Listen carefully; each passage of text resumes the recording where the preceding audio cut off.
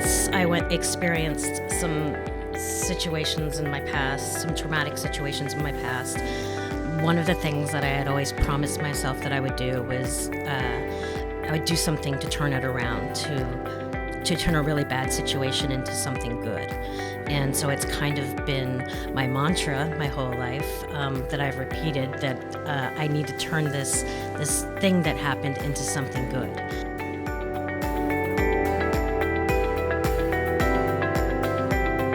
Hey, Deanna here. This month we've been featuring women from the Oakland Puzzle Company Constellation for Women's History Month. Today I'm sharing a talk with Jess from artpush.org. The Future is Female is a workshop and exhibit that is part of their creative art program. Before we dive deeper, don't forget to like and subscribe.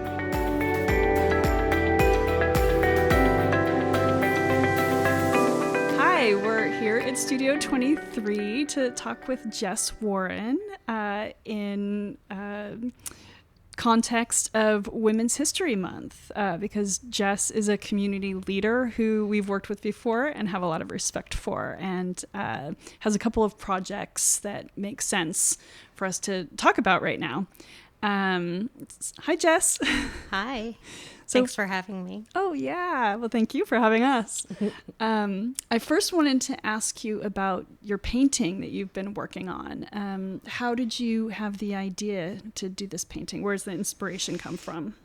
It comes from something called disassociation, which people with PTSD often have.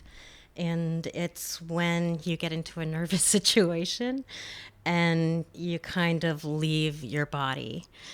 And somebody had said to me once about a way to help counteract that and to stay grounded was to picture your feet as roots growing into the earth.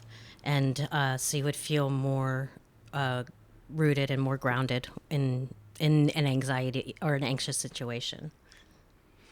How has your design changed, or has your design changed since you started working on it? Well, actually, the dress, I've had to use the dress a couple times. She's naked. And so because the program works with kids, we make a dress for her. And I also ran an ad once with it for a Unity church. And I made another dress for that. But so I had never expected to have to make a dress before for her. And I think besides that, it's pretty much stayed exactly the same. How has it felt to work on it? Actually, when I work on it, that idea of like making my feet into roots to feel grounded and like trying to psych myself out to do that, it does it naturally when I paint. So everything kind of disappears and I go into like this zone, and it's very calming and very healing, and I can get lost in it for a very long time.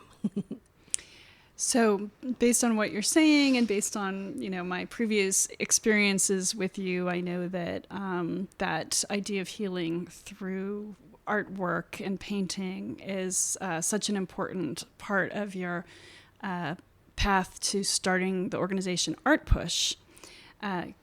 Could you just tell us briefly in a couple sentences about ArtPush? And I'll also just let people know that they can see our other interview with you and Wes about ArtPush. Right. Well, so we opened up a gallery. It was a studio we were going to paint out of, and ended up becoming kind of a community space in Alameda. And then we were putting on all these events all the time, and we had decided, or a friend of ours that had a background in nonprofits helped us, just basically did a lot of the footwork to get it started, and then was like, surprise, you guys have a nonprofit to do all the stuff that you're doing. So that's kind of how ArtPush got formed. The creative art program which kind of ties in with this painting a bit, started in 2011, which was before ArtPush or Studio 23. It was in Atlanta, and we worked with at-risk kids. And so when I moved here, I realized I was literally across the street from Girls Inc. Like, I could walk over there and introduce this program to them. It took me 8 years to actually do it. Because I knew once I did it, it was going to be a lot of work, and I wanted to make sure I was ready and I was committed. And they were super excited about it. So this will be like our 3rd year working with them. And so the program is The Future is Female, and just tell us about the structure of the program. So the first part about it is a painting workshop, and we get local artists to come and help it, and local teachers that are also artists to come and work with the kids on. We go through this, it's called a future discovery worksheet, and it guides the kids through a series of questions about who they are, what they like, what makes them the happiest, where they like to be.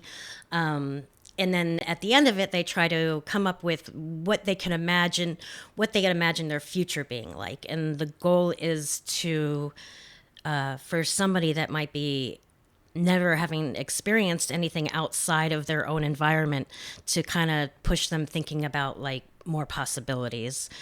So how can people support The Future is Female? Specifically helping the creative art program through donations through ArtPush. Like I mentioned earlier, we have some books that you can purchase of local artists. That's one way that we raise funds, and you can just go straight to the website and donate that way. All the funds go to supporting the teachers and the artists and the staff that come out here to make it possible, and we want to be able to pay them, what they deserve to be paid. And so we can only do that with the support of the community.